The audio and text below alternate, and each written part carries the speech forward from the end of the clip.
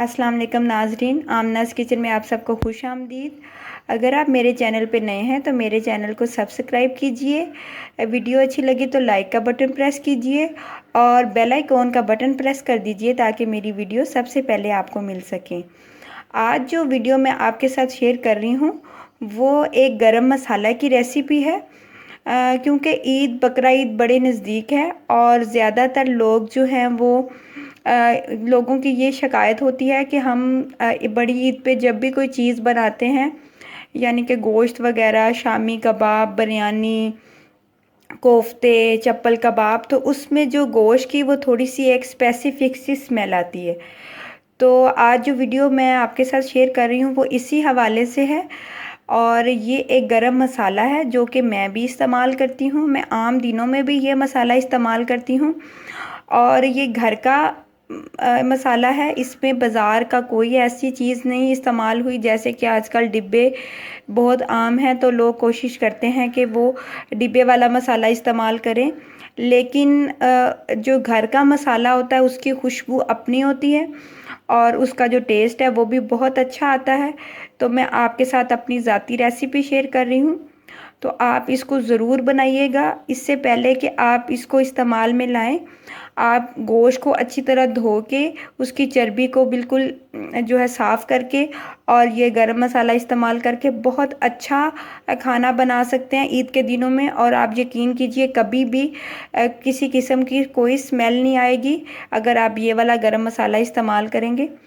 और मैंने क्या किया है, मैंने तकरीबन अपने हिसाब से मैंने इसमें मसाले लिए हैं। आप चाहें तो इसको बढ़ा भी सकते हैं। मैंने तकरीबन 1 लेवल स्पून ज़ीरा लिया है और खुश्क धनिया मैंने लिया है 1 चम्मच ही।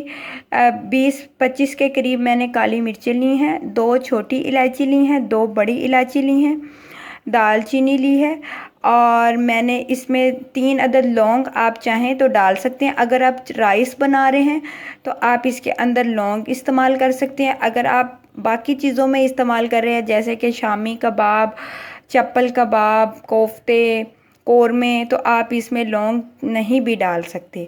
तो आप इसको जो है वो ज़रूर इस्तेमाल की करें। कोशिश कीजिए कि डिब्बे वाले मसालों से हट के कुछ नया डिफरेंट सा बनाएं। ये मसाले तो आम हमारे घर में मौजूद ही होते हैं। तो मैं अब इसको गरम मसाले वाली डिब्बी में डालूंगी और इसको अच्छी तरह पाउडर फॉर्म में पीस लूँगी ताकि ये अच्छा बारीक पीस ले।